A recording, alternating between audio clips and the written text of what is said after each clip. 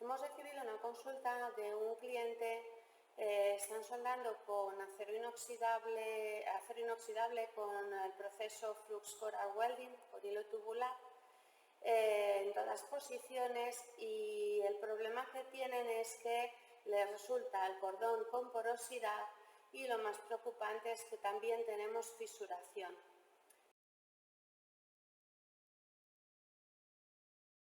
Lo que vamos a hacer es probar un número de lote muy cercano, pues no tenemos en el almacén exactamente el mismo número de lote. Vamos a hacer una soldadura que espero que resulte bien.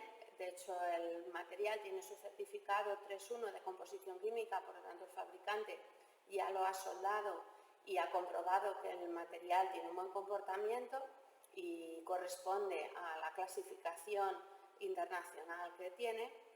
Y yo tengo ciertas sospechas de cuáles son las causas que le producen esa porosidad y también la fisuración en caliente. Entonces es a veces difícil reproducir los problemas por los que nos encontramos en soldadura, pero vamos a intentar reproducirlos. Si tenemos el mismo problema, resultará cierta la teoría, y si no, pues para mí sigue siendo la explicación de por qué se le produce este problema. Este es el número de lote y este es el material.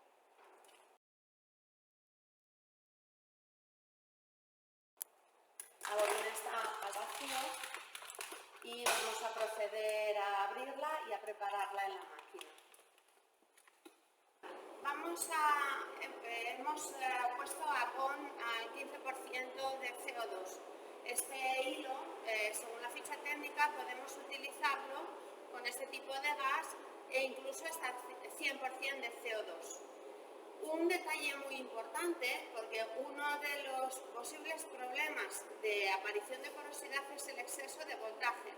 A veces, aunque el soldador esté soldando con buenos parámetros de soldadura, él va a notar que el hilo le falla, el hilo se le queda atascado y retrocede. En el momento que le retrocede, sin que se le llegue a atascar, el voltaje es excesivo y ahí podemos tener porosidad. Entonces, una cosa muy importante es que voy a sustituir, tengo aquí la bobina ya de hilo cargada, y la primera cosa que voy a hacer es sustituir los rodillos que trae estándar la máquina. ¿Se ven? Estos rodillos que trae estándar la máquina son completamente lisos. Son para hilos macizos. Cuando yo quiero soldar con hilo tubular, voy a sustituirlos por estos rodillos adecuados para el diámetro de 1,2 que están, como se ven, estriados o moleteados. Muy importante porque el hilo tubular tiene una pared muy fina, el tubo del hilo, y si lo uso con este rodillo lo aplastaré, pero no lo alimentaré adecuadamente. Con esto lo morderé sin aplastarlo y se arrastrará adecuadamente para que mantenga los parámetros constantes en todo su avance.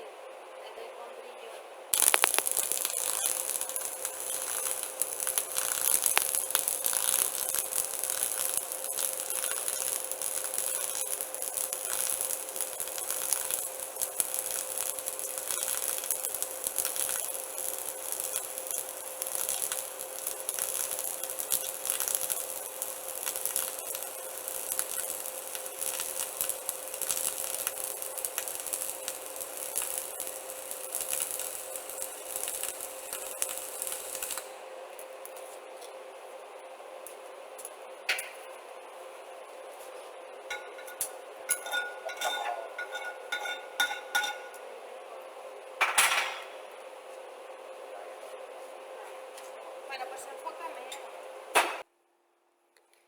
Bueno, creo que he tenido ocasión de comprobar los posibles motivos de porosidad y después veremos por qué se produce fisuración.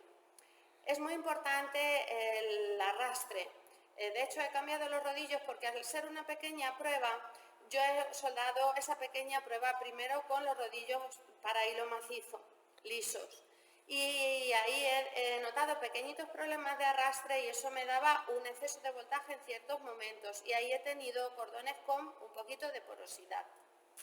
Después es crucial comprobar el caudal de gas. Estamos soldando, creo que si soldáramos con 100% CO2 no es tan crucial, pero cuando soldamos con gas mezcla, como es nuestro caso, que es 15% de CO2, muy poco CO2, eso va a producir un exceso de voltaje también. Entonces tenemos que ajustar muy bien el caudal de gas.